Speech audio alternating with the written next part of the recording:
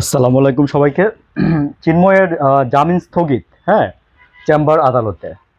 তো চিন্ময়ের আজকে জামিন হয়ে গেছিল। চিন্ময় আহ, চিন্ময়কে নিয়ে আজকে সারাদিনই নাটকীয় ঘটনা ঘটছে। প্রথম চিন্ময়কে জামিন দেওয়া হয়, ঠিক আছে। তো চেম্বার আদালত পরে সেই চিন্ময়ের জামিনের সেই আদেশ স্থগিত করে।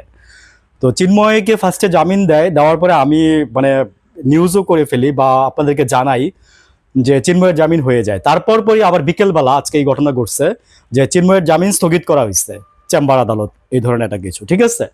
তো আমার কথা হচ্ছে যে ওর মামলাটা কিন্তু রাষ্ট্রদ্রোহী মামলা, হ্যাঁ।